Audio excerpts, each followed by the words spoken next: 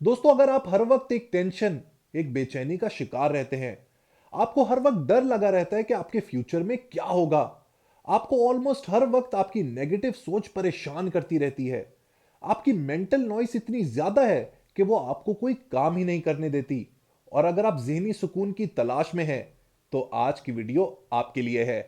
सो मेरे साथ बने रहिए और चैनल को सब्सक्राइब करना और बेल आइकन दबाना मत भूलिए। Let's be back.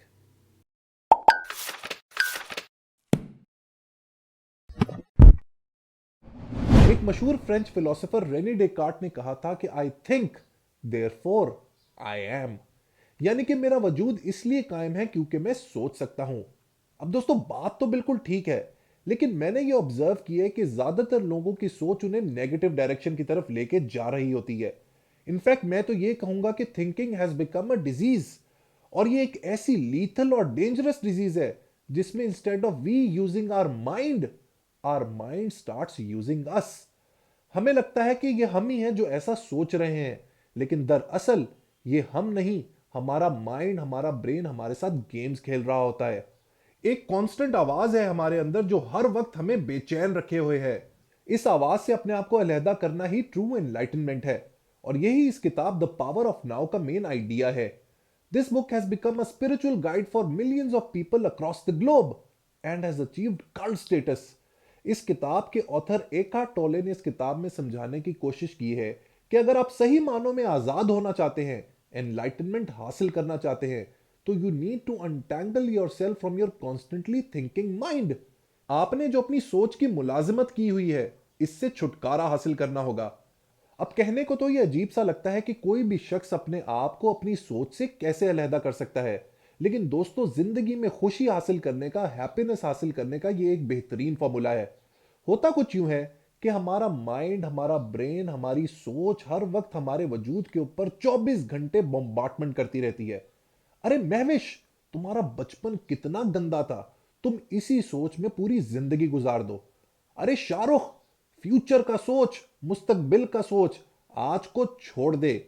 अरे नेहा, तुम्हारी दोस्त तुमसे कितनी आगे निकल गई और उसका शौहर भी कितना अच्छा है, और तुम वहीं की वहीं खड़ी हो। अरे काशिफ, कब तक ये पुरानी खड़तल गाड़ी चलाता रहेगा? दोस्तों यारों से कर्ज ले और नई गाड़ी निकाल। ये वो नेगेटिव थॉट्स हैं जो आपको लम्हे मौजूद में रहने की बजाय आपको हर वक्त डिस्ट्रैक्ट करती रहती हैं। लम्हे मौजूद का मतलब है प्रेजेंट, अभी का पल, आज का वक्त। यही जिंदगी है। हमारा माजी और हमारा मुस्तकबिल, our past and our future is out of bounds, वो हमारे कंट्रोल में ही नहीं। लिहाजा जो आज का दिन है, अभी का लम्हा है, वो ही सब कुछ है। लेकिन प्रॉब्लम यह है दोस्तों कि हमारा दिमाग हमें प्रेजेंट में रहने कहां देता है। या तो माजी परस्ती में लगा रहता है, या फ्यूचर के बारे में सोच सोच के खौफजदा होता रहता है। इसी यूजलेस और रिपेटेटिव सोच को खत्म करने का नाम द पावर ऑफ नाउ है। अब सवाल यह आता है कि हम अपने आप को अपने जहन की स्लेवरी से कैसे निकाल सकते हैं। तो उसकी कुछ टिप्स भी इस किताब में बयान की गई हैं, जिसमें सबसे पहली और खूबसूरत बात यह है that you need to realise that you are not your mind. इस किताब की जो सोल है, जो रूह है, जो एसेंस है, वो यही पॉइंट है। आपका जहन आपके वजूद से अलग है।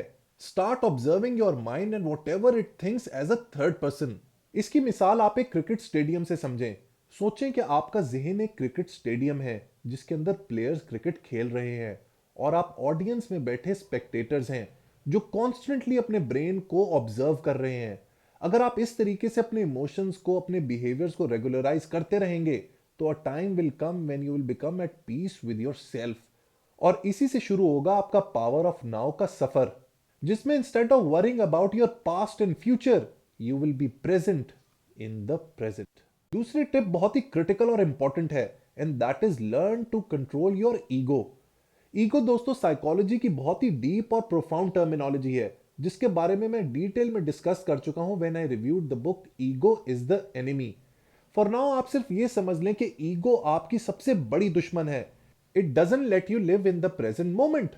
इसको हर वक्त आगे की पड़ी रहती है, फ्यूचर की परेशानी रहती है, जिसका बहुत ही मेजर ड्रॉबैक ये है कि you stop enjoying your life because you stop living in the present.